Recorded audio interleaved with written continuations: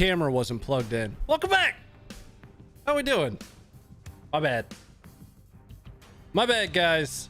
Anyway, welcome back to the Funker News Network. I'm Ronnie, your definitely professional dude sitting in his basement, giving you all the footage that we've caught with Funker 530 over the last couple days. Since we were just here on Tuesday, it's just going to be one of our Thursdays, and we actually have quite a bit of footage to go over, and we're going to cover some pretty not safe for work stuff. So pull up your big boy pants, and let's get ready for it. If you wouldn't mind, let me know where you guys are chiming in from. I'd appreciate it. We've got, like I said, we've got quite a bit of footage to go over. We're going to be covering Ukraine, of course. It's always the biggest topic for us to cover on the show, but this show covers more than just Ukraine. So we're also going to be looking at some footage out of Syria again, and we're going to be seeing another officer-involved shooting. This one's going to be coming out of Houston, and it took place in April of just this year. Anyway, without further ado, welcome in. Slap the like button where it likes it. And you know where it likes it. And welcome back. Or update time. Well, we're doing our best. You know, again, this show is really for us to point you to where you can find all of the Ukraine footage that our writers, that our team is seeing out in the wild. We had some really great meetings with some partnerships coming up soon, some reinvigorated partnerships that I'm looking forward to talking more about. But let's get started. What's our first video up today? We got a Javelin compilation here. And I'm going to kill the music for you guys now. Javelin compilation. You know, there's been a lot of talk about the Javelin, and we're starting to see more and more footage coming out on it. But this is a pretty good footage. It shows quite a few Javelin strikes. For those that don't know what the Javelin is, the Javelin, FGM 148. It's coming up for you guys right now. Love you too, babe. That's the missus. There we go.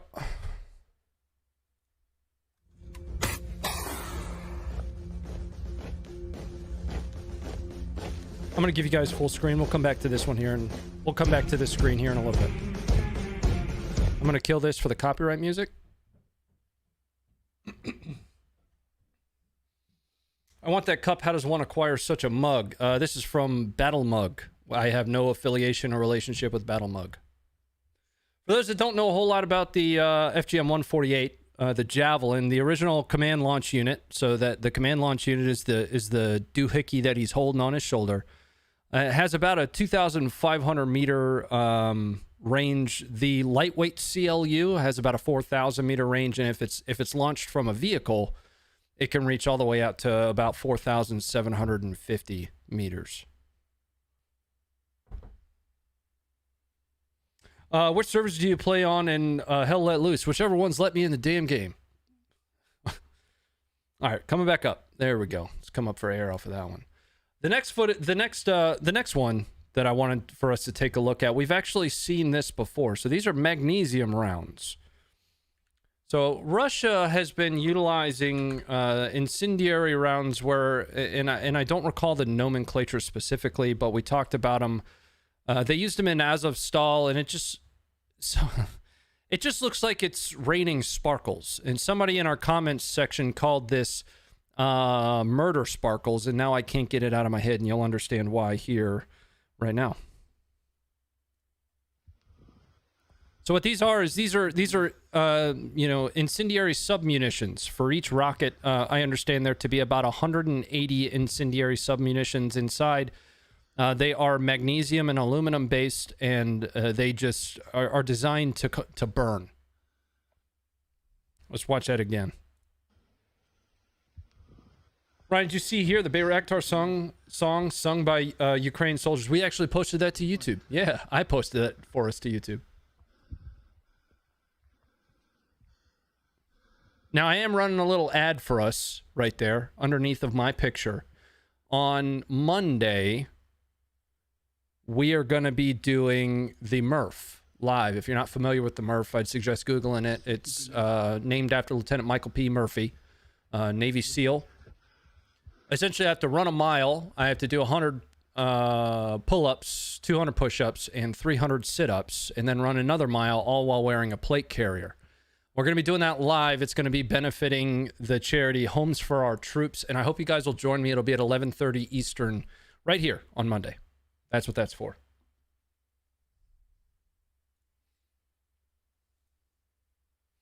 Now, let's watch that same munition being used over Azovstal. That's going to be coming up for you guys here in just a minute. I've also made a couple changes to the show, guys. So you guys are going to see closed captioning now. The reason I didn't previously run closed captioning is because I was using ultra low latency mode. So in ultra low latency mode, that means that the chat is showing to me in near real time.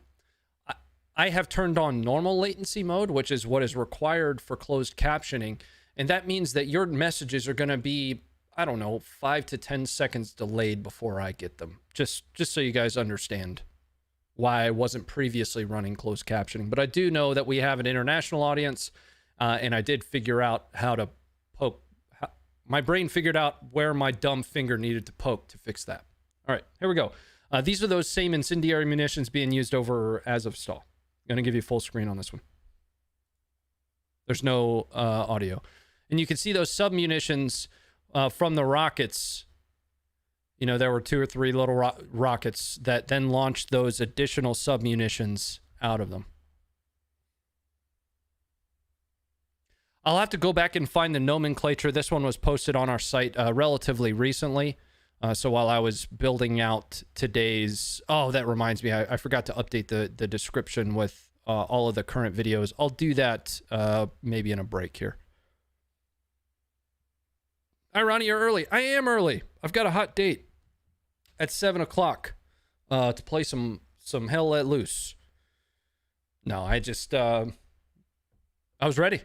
You know, I was able to get ready for the stream. I had some extra time today.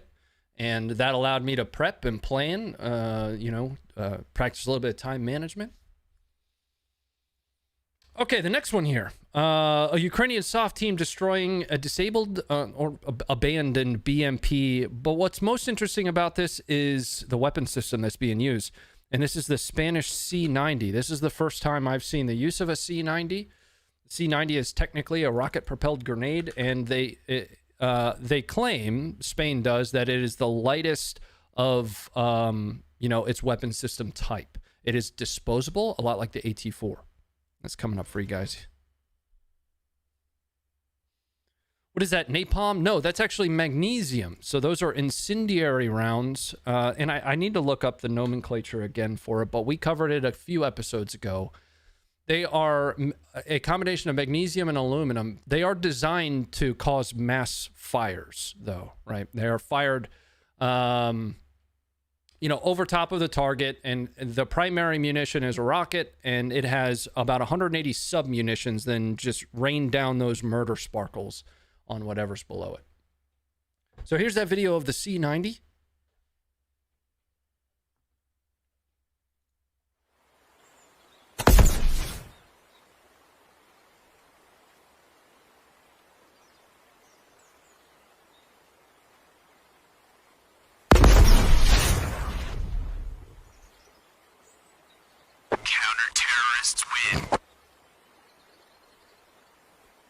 Whoever edited in the Counter-Strike thing, thank you for that. Let's go full screen and watch it again.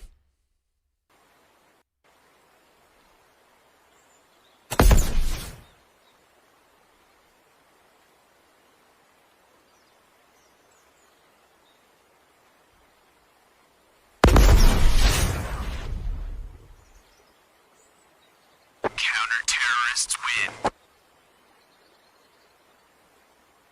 All right. I'm seeing a lot of questions about, what's the difference between the magnesium rounds to white phosphorus. That's starting to get out of my knowledge base.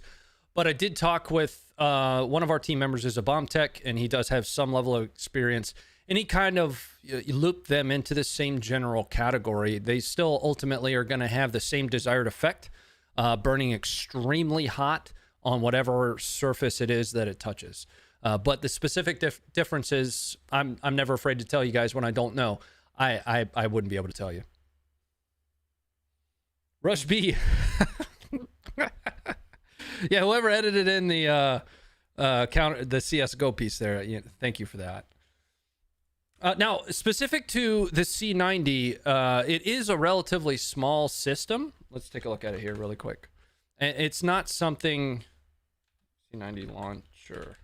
It's not something that we've talked about a whole lot, but it does technically have the capability to defeat armor up to a certain extent. It does have a tandem warhead coming up for you guys now. It does have a tandem warhead, which would theoretically allow it to defeat some degree of ERA, explosive reactive armor, but there aren't specific stats that I could find relative to it defeating explosive reactive armor. All I could find is that its maximum anti-armor capability was about 500 millimeters, but because it is a tandem warhead, theoretically it would be able to defeat ERA at some level. So this is the Spanish C90. That's what we just watched, targeting that BMP that was having a bath.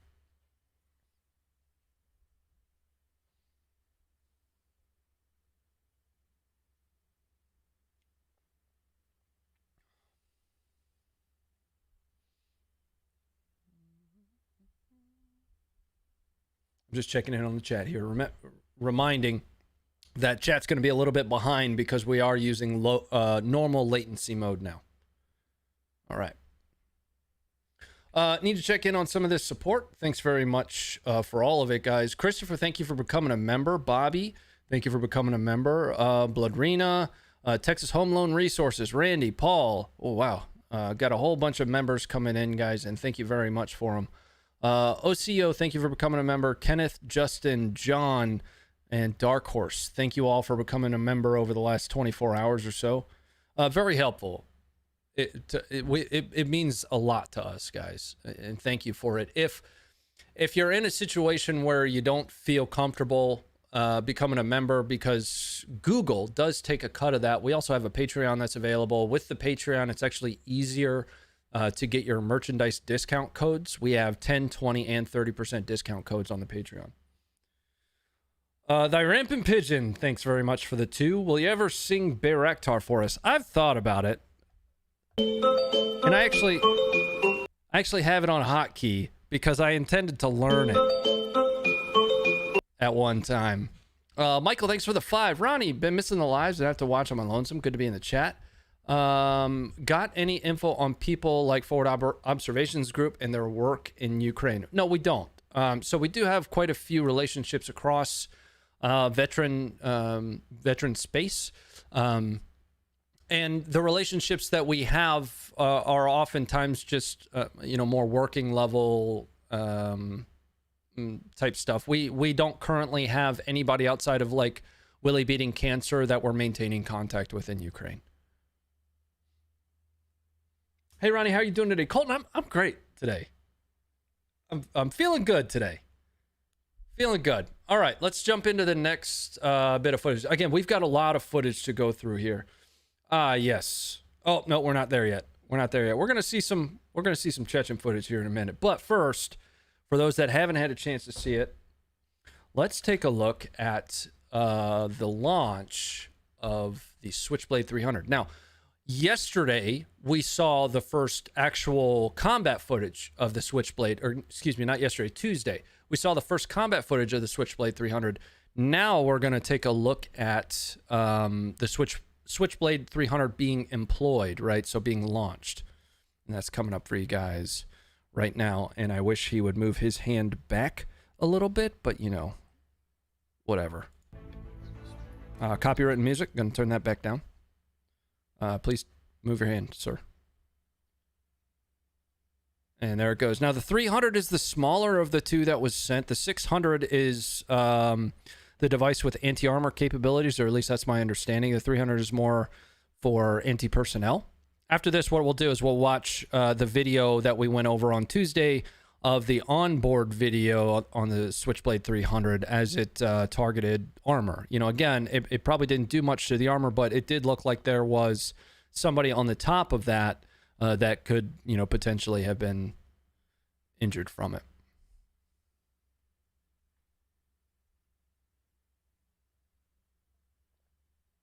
Hey Ronnie, what's the t-shirt? This is from our friends.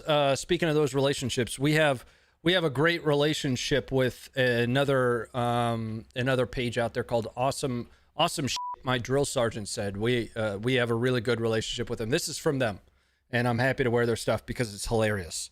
It says regular forces. I'm a dork.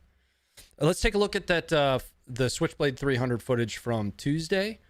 For those that weren't here or haven't had a chance to see that, sometimes we'll cover things more than once, keeping in mind that there might be folks that might not have been able to check in on that stream, or they weren't, or they're just not as current and up to date as some.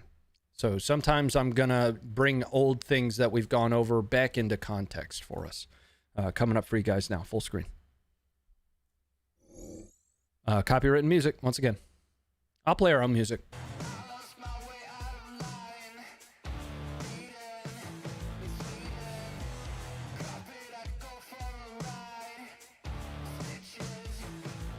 So this is onboard video.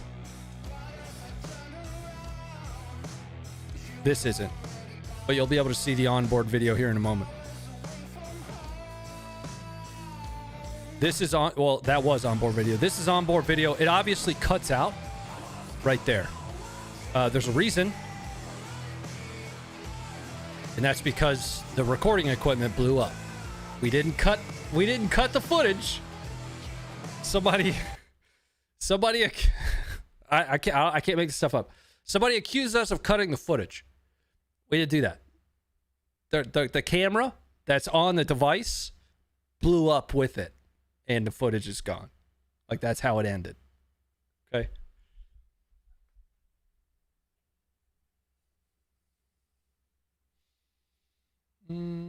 Just checking in on the chat here. Need to get Starsky's music to play. I really do. I'll chat with him about it.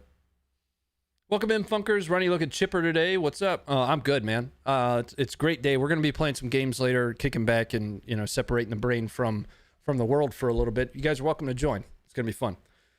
A lot of footage to still get through, though, and we're already a few minutes in.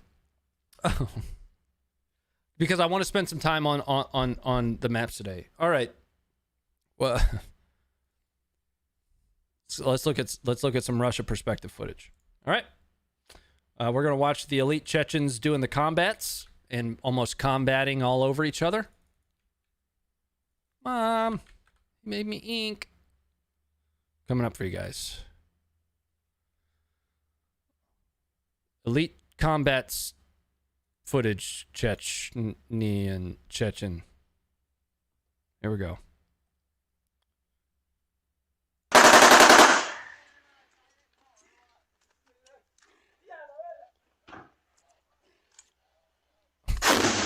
Ooh.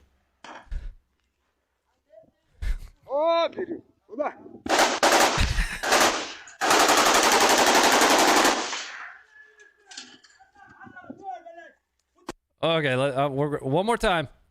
One more time.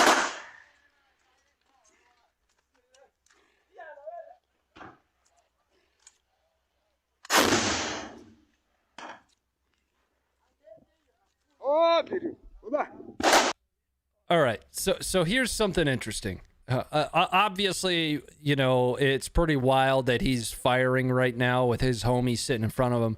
But watch the reaction of the dude that's downrange of that muzzle.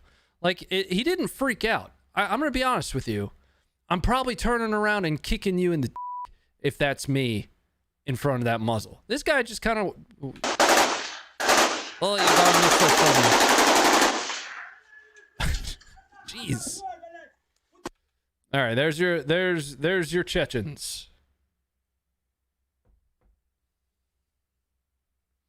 Looks like your backyard. I mean, there's something actually very profound in that, Squid. Right? Not to turn, a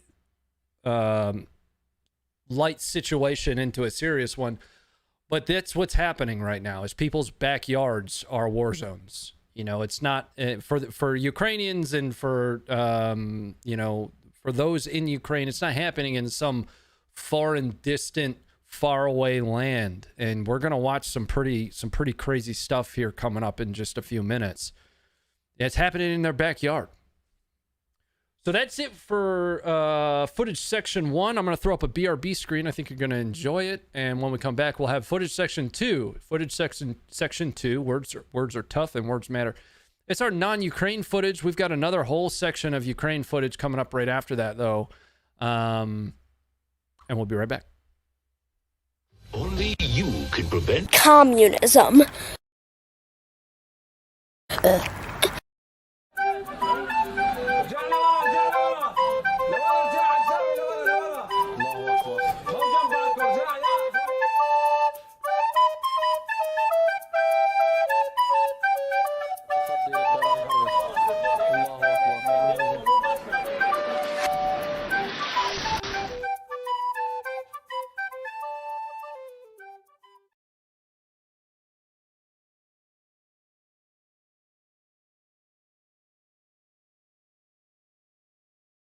All right, welcome back. So this is our non-Ukraine section.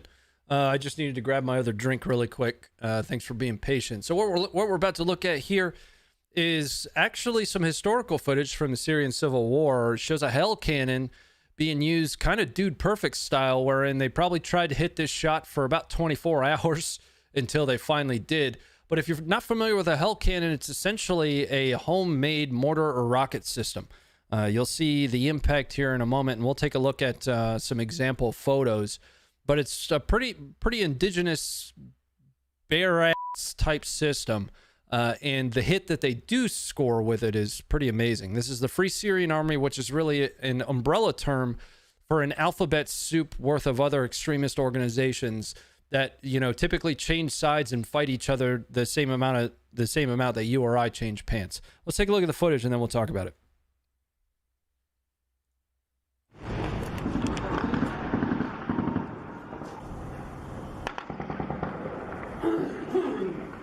الله أكبر الله أكبر عصوها المروءة على الأمير الله أكبر عصوها الأمير يا شباب الله أكبر الله أكبر الله أكبر عصوها الأمير جيش مجاهدين الله أكبر يستهدف الله أكبر مقرات النظام الله أكبر والعزات لله الله أكبر يا شباب الأمير نزلت تعميم يا شباب الله أكبر عصوها الأمير نزلت.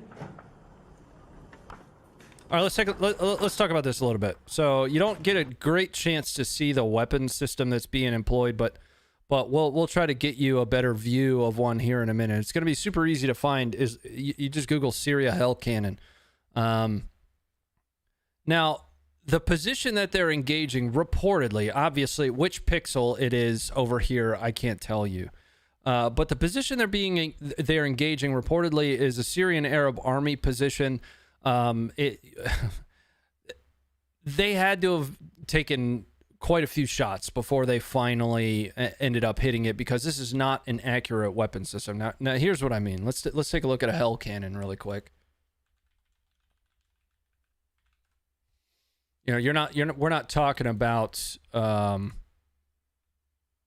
precision guided munitions here. Here you go. So this is generally speaking a hell cannon, right? You got like an old Mercedes-Benz wire-frame front sight here. I don't know, some trailer tires. Now we did a whole breakdown and episode on the first part of the Syrian civil war. We kind of became OBE with finishing that series. I do intend to get back to it, but in that we talked a lot about the hell cannon and improvised weapon systems. But on the Funker News Network edited playlist, we also have we've seen the Free Syrian Army or offshoots, subfactions underneath of it, using everything from trebuchets, counterweight trebuchets specifically, to modernized cannon. I could probably go and find a couple of those videos where we broke down some of that footage for you. But that is an example of a hell cannon. The one we just watched was probably a little bit bigger than this one.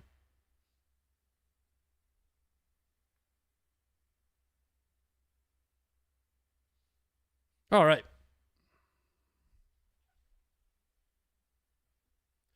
Now the next one's going to take us a little bit of time, and we're not going to be able to show all of it right now. Let's talk about the reason why. Okay. We are presently on YouTube's platform. Now, YouTube can make the rules with what is okay and what is not okay on the platform in order to continue to be successful on it. When it comes to not safe for work things, we're going to review a couple things that would be considered not safe for work tonight. But this one we're not going to watch all of. I'm going to give you the link and I'm going to show you where you can go to watch the rest of the footage. Now, this next footage, this is law enforcement and officer involved shooting from April of 2022, specifically on April 9th of 2022, where the Houston Police Department encountered a male subject known to carry firearms that was trespassing on a local business. This suspect was eventually identified as a 48-year-old Richard Nichols, and it looks like he was trespassing in some form of a used tire shop of some kind. Now, I'm going to break down some thoughts when we go through the video here, but that'll be coming up for you in just a moment. I just got to go grab the link. I forgot to paste that into my notes today. There it is. All right, we're already there. Website's easy to navigate, guys. Not to toot any horns or anything, you know. All right, let's take a look at some of this footage, and we're going to have to stop it at around the 40-second mark, okay? Here is the link for the footage we're about to watch. You're welcome to go head over there to the website or onto your app and give it a look yourself, because a dude gets shot at very close range here. But it's important to show some of this context, right? It's important to talk about some of these things because there might be context or, you know, elements to this that aren't covered elsewhere. So that's why we show this. I am also not a law enforcement expert. I'm not a cop. I'm not a former cop. I don't pretend to be one. Coming up for you now.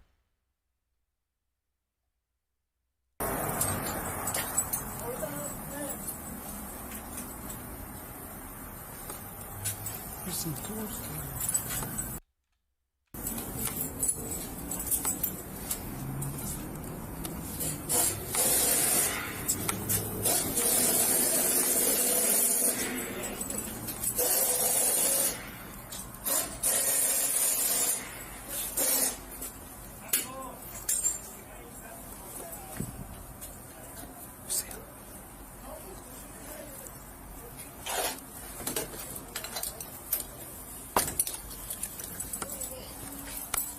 Put your hands up.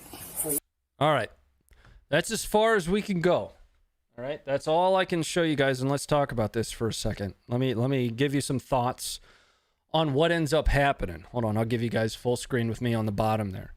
So what ends up happening from here is the suspect, 48-year-old Richard Nichols there, reaches immediately after this moment for a firearm, which then falls on the ground in front of him. The officer whose body cam we're looking at here engages with somewhere between 3 and 4 shots, or somewhere between 3 and 5 shots. What's amazing after that is at this close range, they cuff him. They immediately call for aid. I want to say seconds after the engagement. This guy gets up and walks out with the officers. Now, he does pass away towards the end of, or at the end of all of this. He is declared deceased. So you're welcome to go and check out this video if you like, before you end up catching it on a mainstream media. And we will probably move on to our next video now.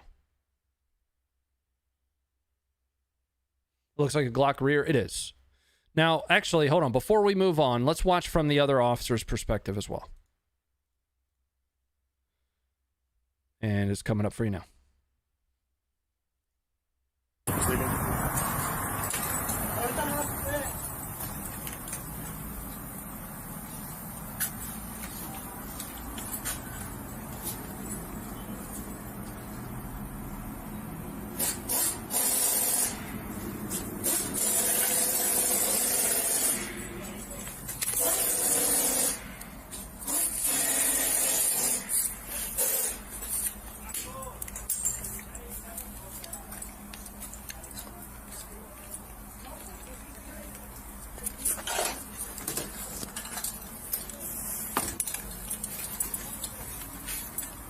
Your hands up.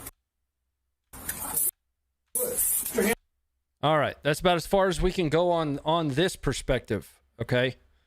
So again, what ends up happening, and I gave you the link, you're welcome to go and watch it. The individual, the suspect, 48-year-old Richard Nichols, reaches for a firearm with those two officers right in his face.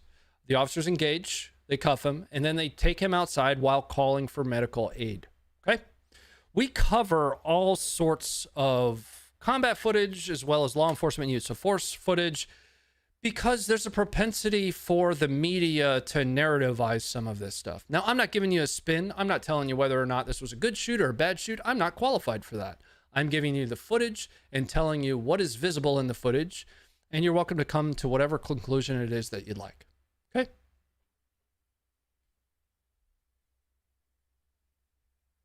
All right, let's move on to our next footage section, which is section 3. And this is where we're back on, this is going to take us the longest outside of the map review. We're back on some Ukraine footage here. The first thing we have is the Uran 6 mine clearing robot, basically Russian Skynet, in action on the Mariupol beach, specifically demining the Mariupol beach. Now, we've talked about Russia's intent for Mariupol to potentially open a resort town or something along those lines. And what's really interesting about this is it uses chains on the front of the device here. It is remote operated. It's a robot. It uses chains on the front of this to slap the ground in front of it and identify mines. And we're going to see it in action. Coming up for you full screen.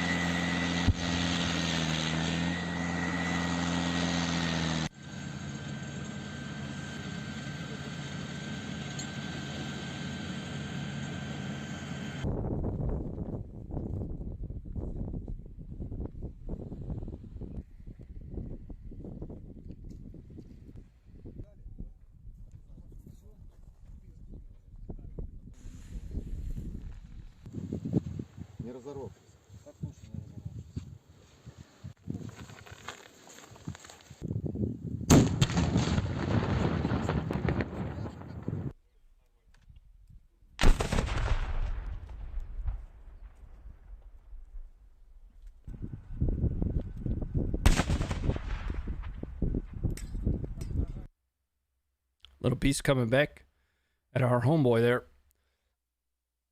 Again, that was the Uran 6 being used for demining, at least initially, in or near on the beach of Mariupol. Now, Josh is yelling at me in our writers chat that we need to cover one of the more recent videos that he's posted. I'm trying to read his analysis really quick. I don't know that we have a translation, but it might be in the video. This was posted within the last 3 or 4 minutes to the website, so it's not something I had in my notes.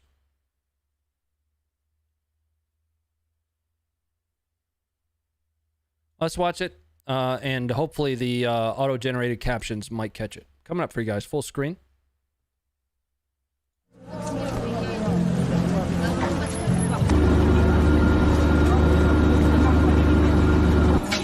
Оказание медицинской помощи.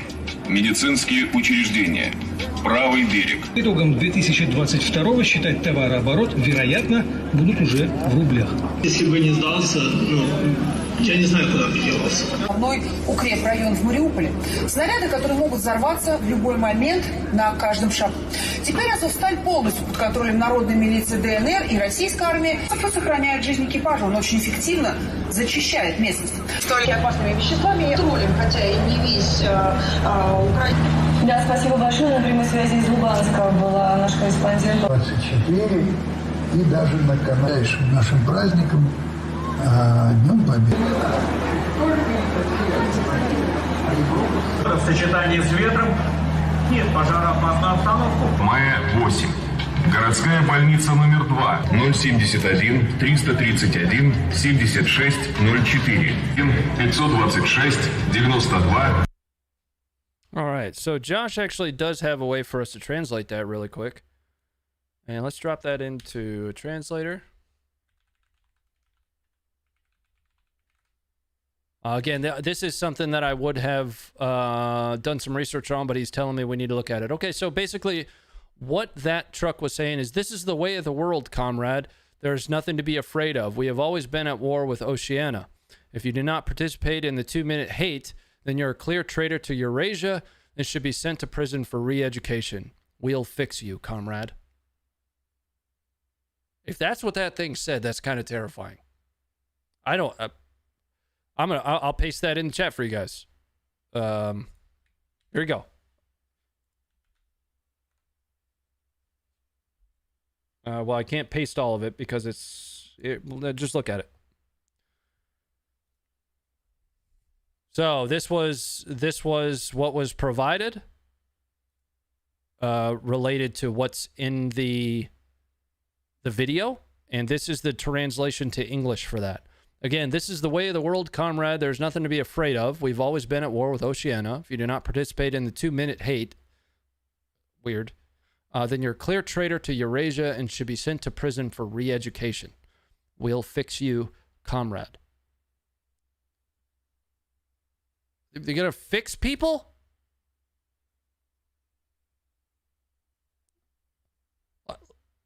Like dogs?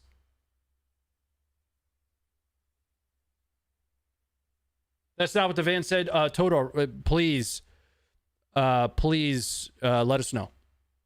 Let us know. Can you paste the link? It's on the website, but yep, I will paste the link to this footage here.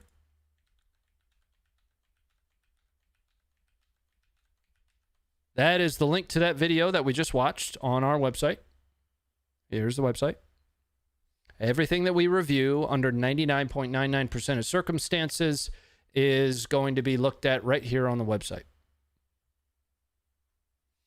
Okay, let's move on to our next scheduled footage, though. So, we've got some Russian perspective, very not safe for work footage that we'll only be able to watch a portion of. But again, I'll paste the link for you. We are on YouTube's platform, guys, and there's a reason that we have our own platform for this stuff.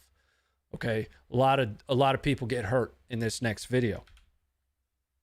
Before we get to it, though, I want to get to some of the support that's still coming in. June Bug, thank you for the $2. Go Ukraine, yeehaw, Leaf Spring. Thanks very much for the 2. Double Back again, thank you for the $2. Ukrainian soldiers singing Bayraktar vid also. Yep, we posted that to YouTube. Actually, this morning, maybe yesterday. I enjoyed that one quite a bit. I'm still kind of partial to the original. It's got a little bit more bop to it, but the Ukrainian singing it brings that home a little bit more. Let's take a look at this footage. So what we've got reportedly, it's of course very difficult to know when looking at it, is a Russian suicide drone targeting Ukrainians on the ground. Now, these are Ukrainians that have, and you'll see this in the footage, bunched up very close together. Not a lot of them make it through this. We're not going to be able to watch all of it, but I am going to give you guys the link to go and watch it.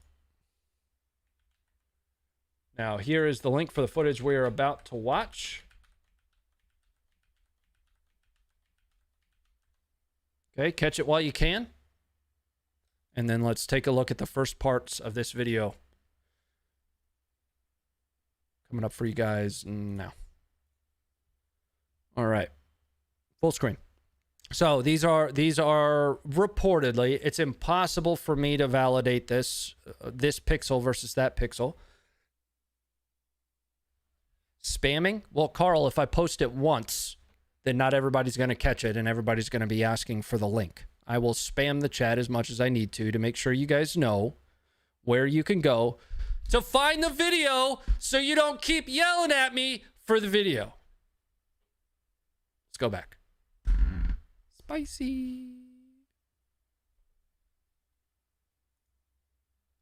So I don't recall exactly when I need to pause this, but you can see them bunch up, and we're probably just going to stop it about here.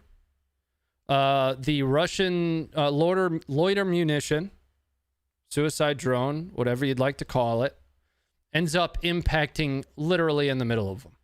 In the middle of them. It was initially reported as though that they were Ukrainian. I've also seen that they were Russian, or it's impossible to know. So take from that what you will. Here is the link once again to the footage.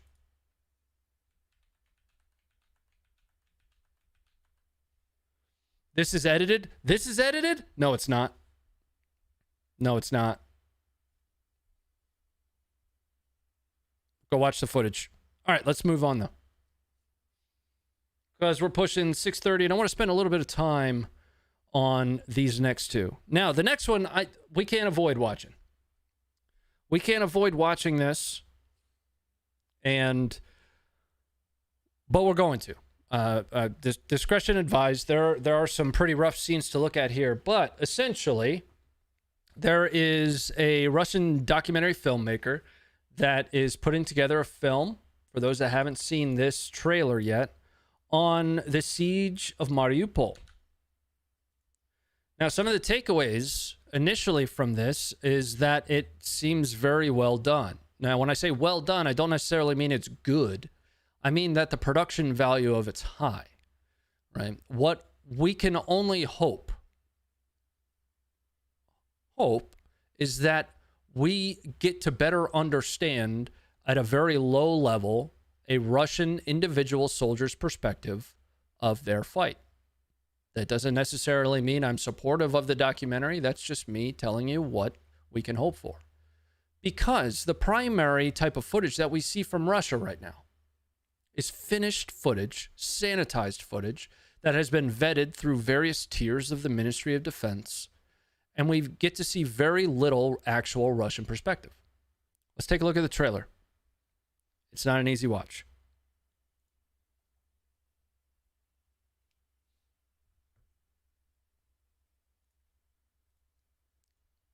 Full screen.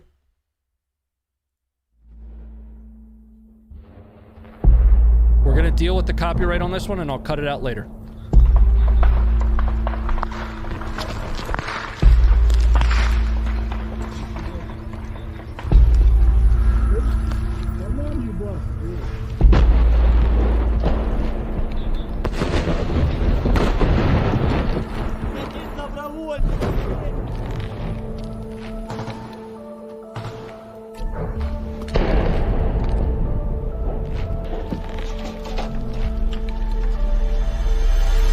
В том доме вот кто-то шароебился, может наши.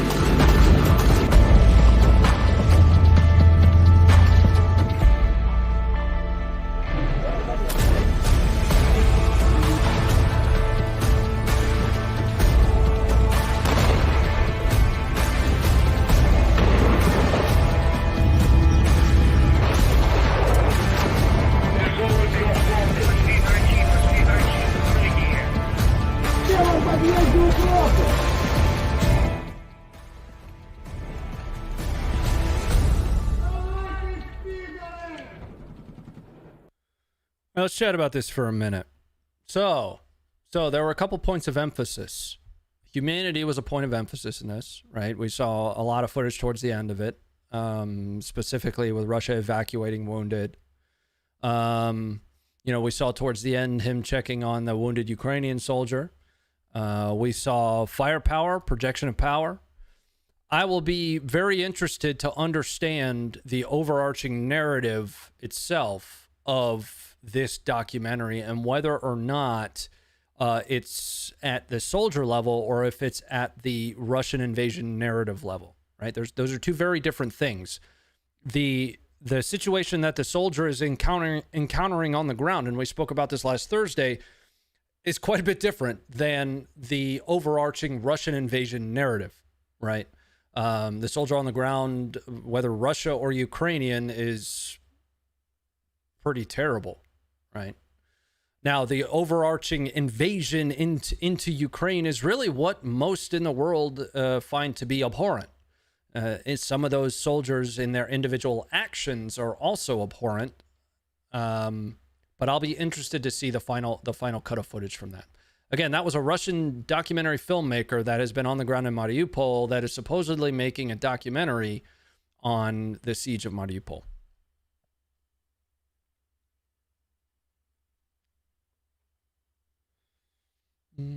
Hello, Ronnie and all. Sorry I'm late. Michael, don't worry about it. Let me check in on some of the support. Holy crap. Michael, thank you for the $150 super chat. Spicy, get him, Ronnie. I'm actually not as spicy as normal tonight. I feel like we're it's a good day. It's a good day. Thanks for the 150, man. That's awesome. This next footage is quite honestly some of the most intense close quarters footage that I personally have ever seen posted to Funker 530.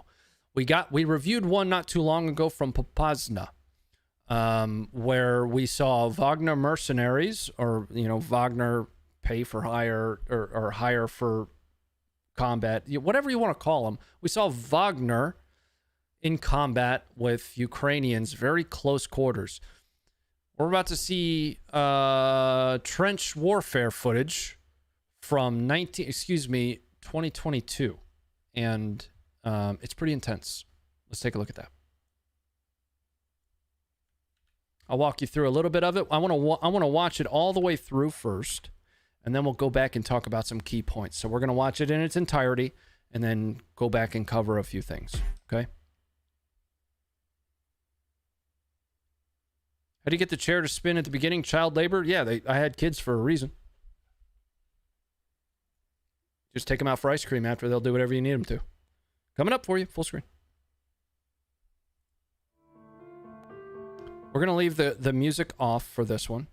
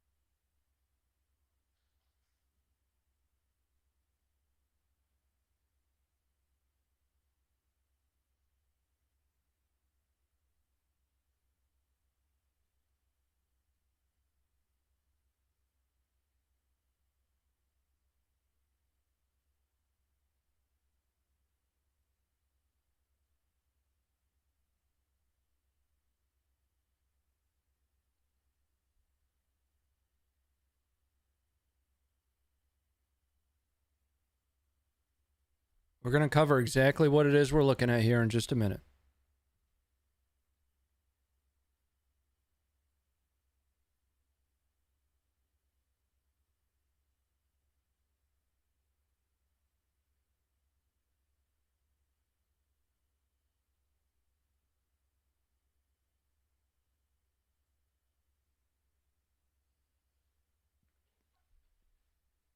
I'll break down the footage in just a minute. It's almost done.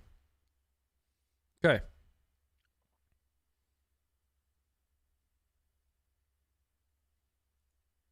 All right, let's talk about this footage. Okay.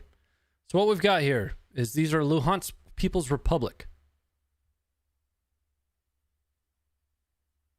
These are essentially separatist forces from Luhansk assaulting Ukrainian positions along this trench line. So this is a Ukrainian coming from the top part of your screen here. And these are LPR. They engage this Ukrainian.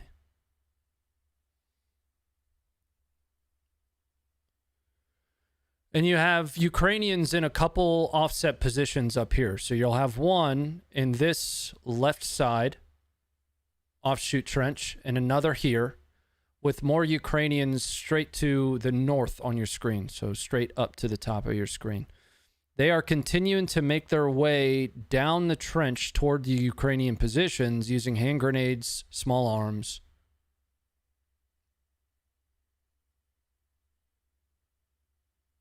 This is a Ukrainian here.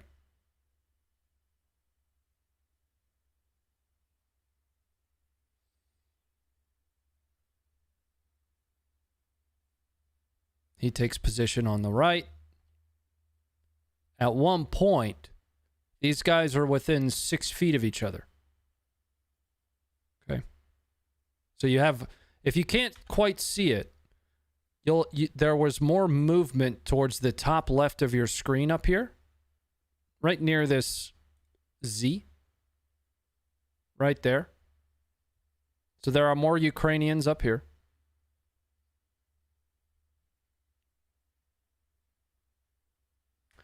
It needs to be emphasized how early in the war this footage. Yeah, so that is something to note. All right, let's chat about why it's likely that this was early on. So there's snow falling right now. It's not currently snowing in Ukraine. There's no greenery.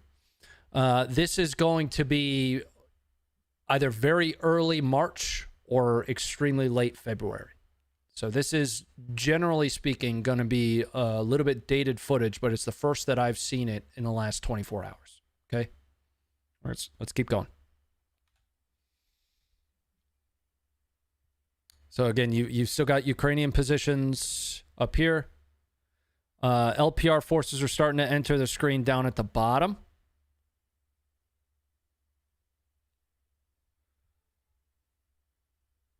These are hand grenades that are going off. Now, keep in mind, the fragmentation from hand grenades is going to include the primary fragmentation and secondary fragmentation. So primary frag is going to be what's designed to come off of the grenade for its purpose. It's a fragmentation grenade. So that is the primary frag. Your secondary frag can be anything from rocks to sticks to bone. So there's so much more than what you see flying out in all directions from that grenade when it goes off.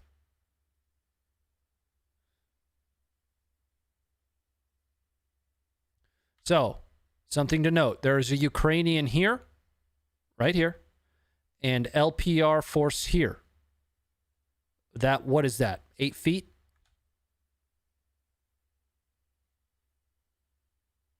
So that LPR,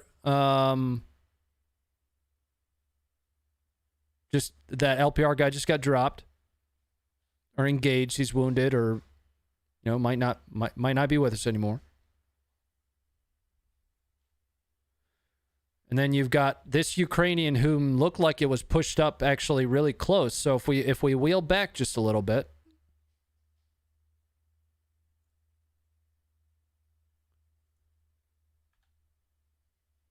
he gets engaged. And then at one point, a Ukrainian moves from about this point back into his position on the right here.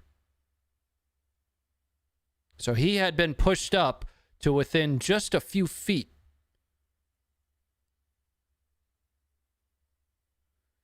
This is where things actually start getting much more interesting and terrifying. This is the epitome of combat. This is why Funker 530 exists. And this, we're not done. This, regardless of what happens to this specific video, is what I wanted to spend time on tonight. And I wanted to cover it as far into the stream as possible, because to be quite frank with you, that is when we reach our viewer peak. I don't know how many are currently watching right now, but historically speaking, 30 to 45 minutes in. And this is our mission, to show you what this looks like. Let's go back. Now watch our Ukrainian here. And right at about 3:15. So he is actually engaging LPR right now. You can see him shouldering his rifle. And they're engaging back. You can see the dust kicking up from the small arms, landing all around him.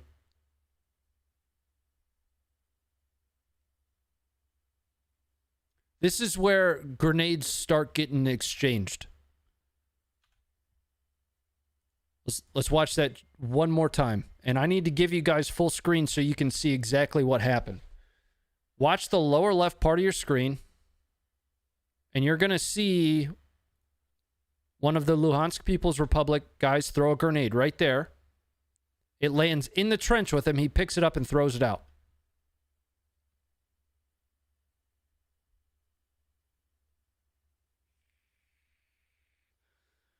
Grenades continuing to fall all around his position right now. This is a Ukrainian soldier. His support that he previously had here has already moved off.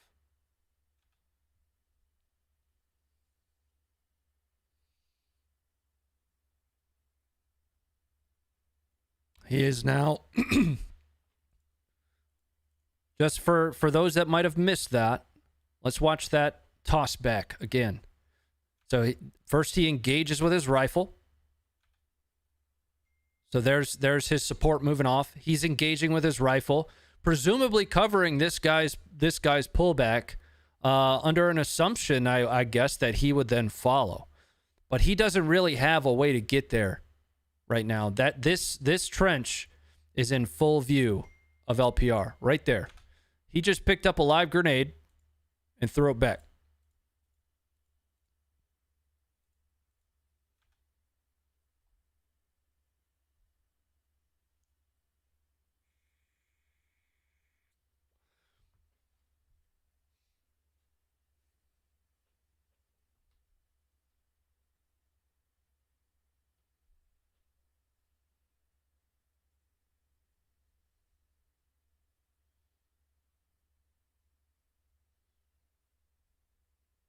Right there.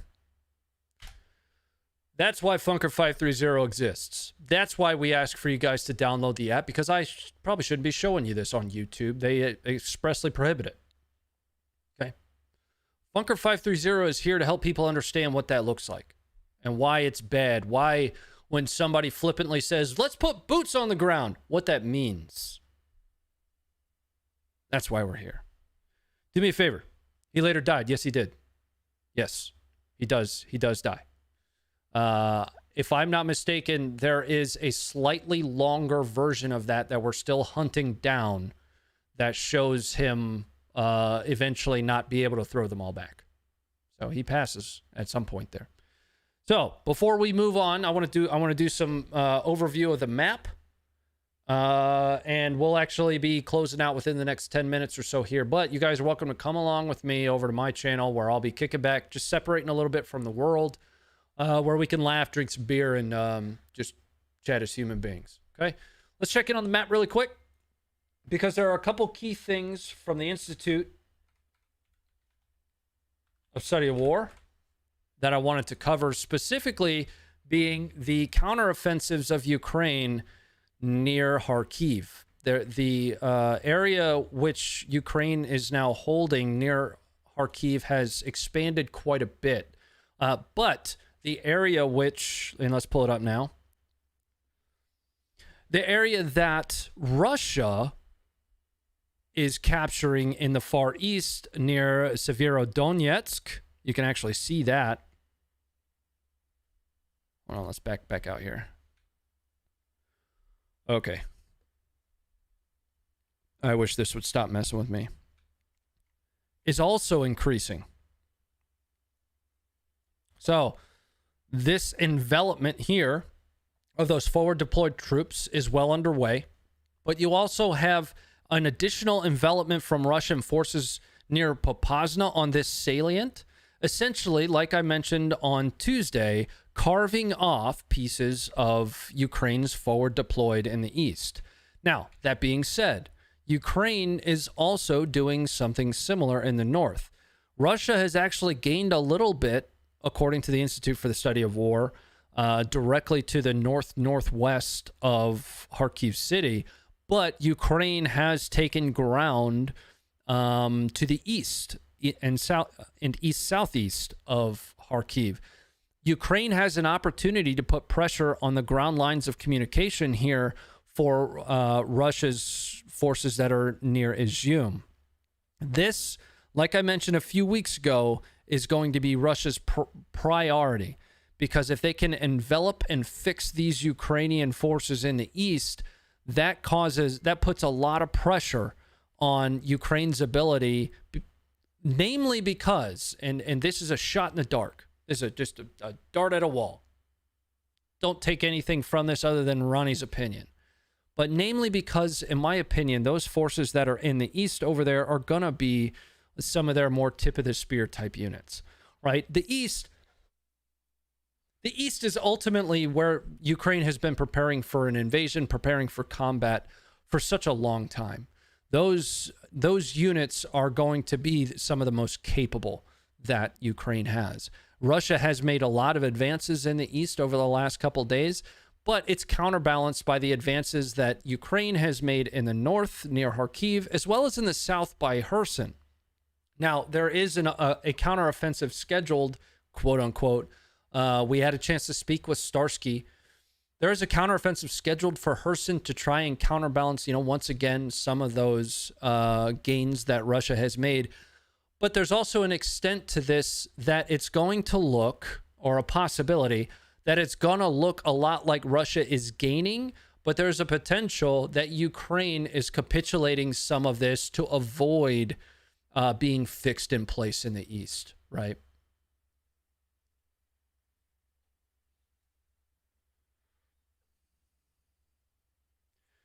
Wasn't Ukraine talking about arming an additional 1 million men? Yes. Something about arming additional. So the Institute for the Study of War, and I'm a big fan of theirs, guys, right? It's no mystery. I love the reporting that they do. I'm going to give you a link to the assessment that we're looking at here. Something they reported on, and they source all of their reports, is increased passport issuance to occupied areas, specifically to areas in the south, Zaporizhia Oblast, Kherson Oblast. What makes that interesting, what makes that very interesting to me, is the possibility or the potential that Russia could then start to conscript Russian passport holders that are in Ukraine in Russian occupied territories. Who knows if that's going to happen? Again, I'm not a Russia expert. I'm not a Ukraine expert. I'm not trying to pull something out of my ass just to start a discussion. That's actually something that hit home for me. And that's the one thing that I'm going to leave you guys with, because we are closing it out for today. Thanks for being here with me, guys. It's been a fun, good stream. I shouldn't say fun, but I think it's been a good one. We had some really great discussion out there in the chat. I'm going to head over to my channel. Again, I'm going to kick back and separate from the world a little bit. Hang out as human beings, play some games, and have a little bit of fun. Okay? Thanks for being here. Hit the like, hit the sub, hit the bell. Stay informed.